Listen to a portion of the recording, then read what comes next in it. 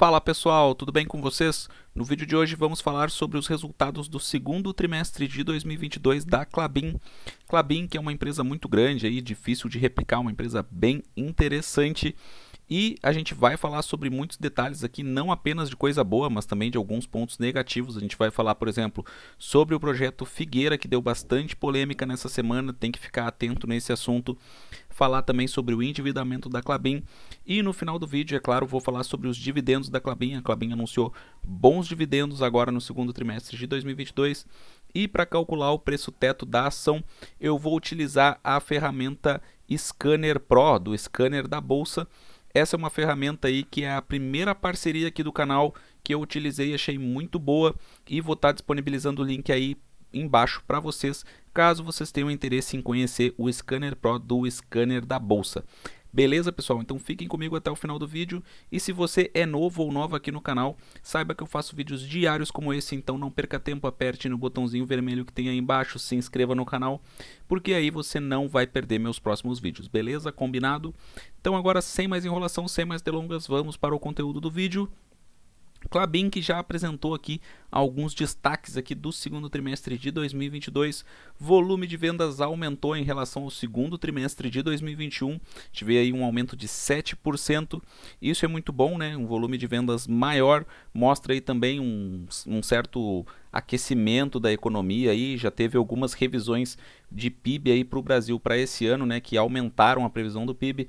Então, como a Klabin atua no mercado de celulose, mercado de embalagens, então é muito bom ficar atento a isso, né? Muitas vezes as embalagens aí servem como um termômetro aí da economia.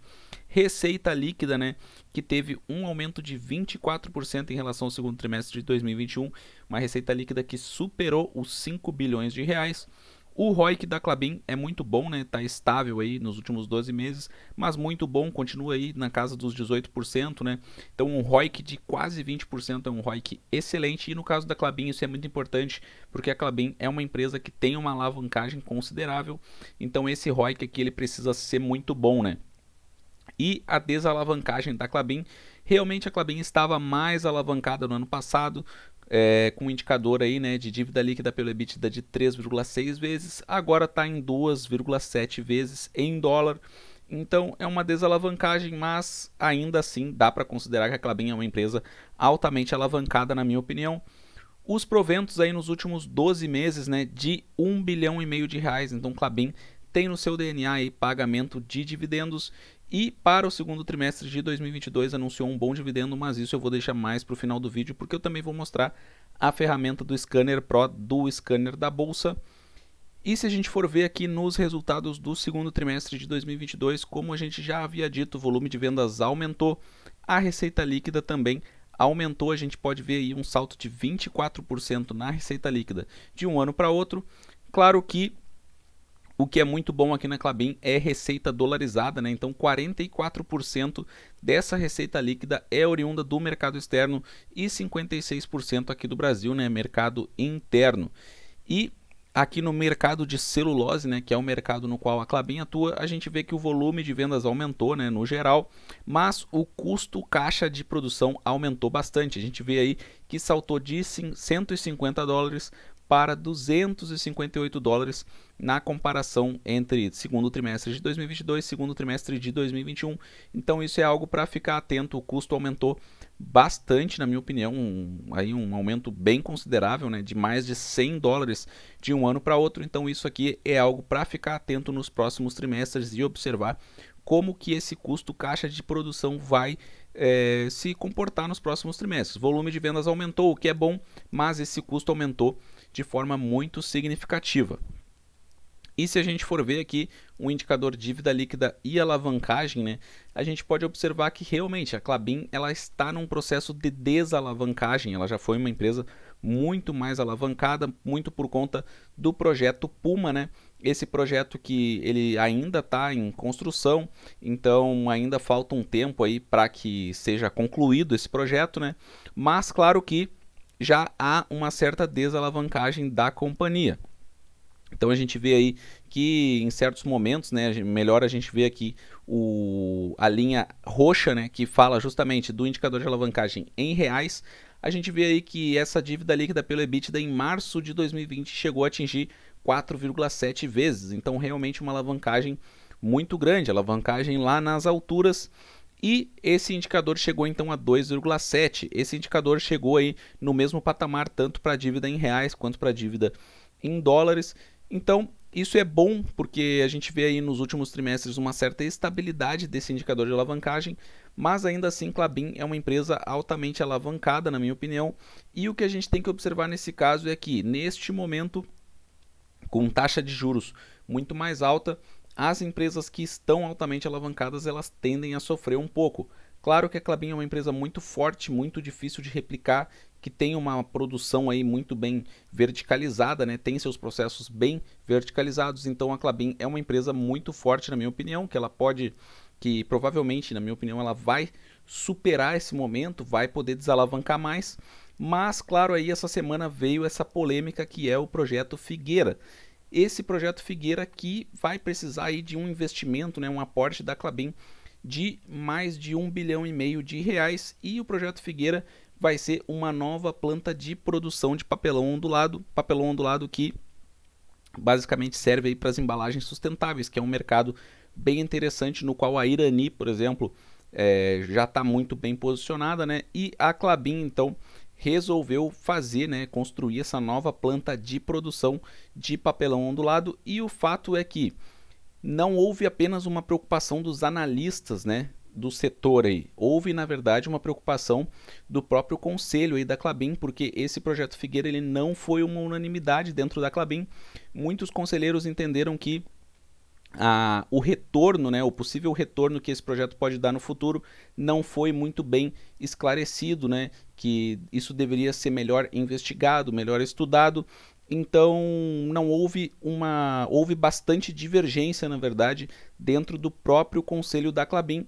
Então isso acabou aí alertando, né, os analistas do setor e o mercado em geral. Tanto que logo depois do anúncio do projeto Figueira, as cotações da Klabin caíram bastante. Então, no geral, o mercado não gostou muito disso, até porque a Klabin ela já está muito alavancada por conta do projeto Puma, né, das obras do Puma. E agora que Klabin está conseguindo se desalavancar um pouco, a gente vê pelo histórico aqui que agora que ela está conseguindo se desalavancar um pouco, num momento aí de conjuntura macroeconômica muito difícil, de taxa de juros alta, nesse momento a Klabin resolveu fazer um novo projeto, uma nova planta de produção. Então isso deixou muitas dúvidas. Eu sinceramente fiquei com o pé atrás em relação a esse projeto, nesse primeiro momento pelo menos, porque por mais que esse projeto ele possa dar bons frutos no futuro, o fato é que esse momento não me parece tão propício para um projeto tão grandioso numa empresa que já tem um índice de alavancagem relativamente considerável. E falando sobre os proventos aqui pagos pela Klabin, a Klabin ela não tem um dividend yield assim tão expressivo, né? Mas no último ano aí, né, a Klabin tem feito bons pagamentos. Então a gente vê que em 2022 já tem um dividend yield aí de 5,8%. Anunciou dividendos para esse segundo trimestre de 2022 de 399 milhões de reais. Então realmente a Klabin ela não paga dividendos assim excepcionais, mas paga bons dividendos e paga dividendos com recorrência. Tá na tradição da empresa, né, ter uma política de dividendos, né, que então remunere os seus acionistas. Então a Klabin pode sim ser considerada uma ação previdenciária, na minha opinião, por conta dessa tradição, desse histórico de pagamento aí de dividendos. E obviamente a gente vê que esse aumento dos proventos, esse aumento do dividend yield tem muito a ver com a desalavancagem, porque a própria política aí da economia leva em consideração aí essa desalavancagem, né? Então eles buscam um alvo entre 15% e 25% do EBITDA ajustado, a depender do nível de alavancagem da companhia. Então esse patamar ele vai ficar mais próximo de 15% quando a companhia estiver muito alavancada e vai ficar mais próximo de 25% quando a companhia estiver menos alavancada. Então a gente vê nitidamente que esse aumento de proventos da Klabin nesse ano tem muito a ver com a desalavancagem da empresa. E, claro, sempre teve aquela expectativa, bom, o Klabin vai concluir o projeto Puma, vai poder pagar bons dividendos, mas agora já está aí com o projeto Figueira, então isso deixa uma dúvida se os proventos realmente vão aumentar muito nos próximos anos.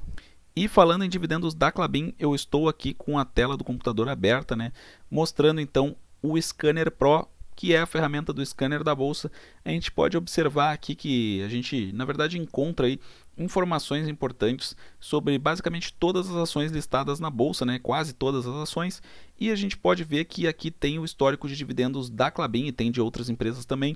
A gente pode ver que tem a média móvel dos dividendos ano após ano, então a gente pode classificar essa média aqui dos últimos 3 anos ou dos últimos 5 anos. Eu vou utilizar dos últimos 5 anos para fazer o cálculo do preço teto, e aqui essa média já está prontinha para a gente pode ver aqui através dessa linha amarela, né, que a média está pronta aqui. A média nos últimos 5 anos é de 64 centavos.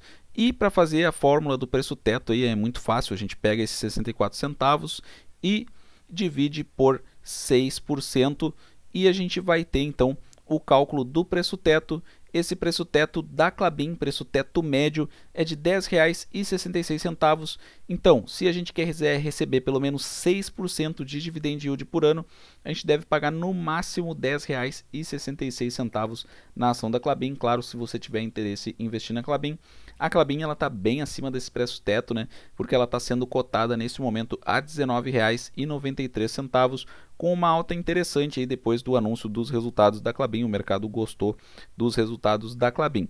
E aqui no Scanner Pro a gente encontra também várias outras ferramentas interessantes aí. A gente pode ver, por exemplo, aqui sobre o endividamento da Klabin. Esse gráfico aqui ele deixa até mais claro o endividamento. Então a gente vê aqui a posição de caixa da Klabin, posição de patrimônio líquido, a dívida de curto prazo e a dívida de longo prazo. Então a Klabin, por mais que ela seja bem alavancada, na minha opinião, ela tem uma dívida de longo prazo aí grande, né, mas bem espaçada. Então esse prazo médio da dívida da Klabin aí, ele é relativamente grande, o que é bom para a companhia, né? Dá fôlego de caixa para a companhia, que gera bastante caixa. A Klabin é uma forte geradora de caixa, e para quem gosta assim de análise gráfica e gosta de price action, por exemplo, a gente pode ver aqui esse gráfico aqui que mostra o preço nas últimas 52 semanas, né? Então a gente vê que Klabin está bem perto da mínima das últimas 52 semanas, né? Então, Klabin aí, para quem gosta de price action, tem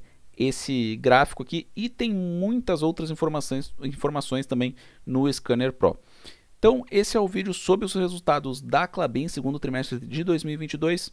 Acho que são resultados bons no geral, mas com alguns pontos de atenção, como os próximos projetos da companhia e também o indicador de alavancagem da companhia, num momento que eu julgo delicado da economia. Quero saber o que vocês acharam desse vídeo. Deixem comentários, aprendo muito com vocês nos comentários, respondo todos os comentários aqui no canal. Um forte abraço a todos e até a próxima.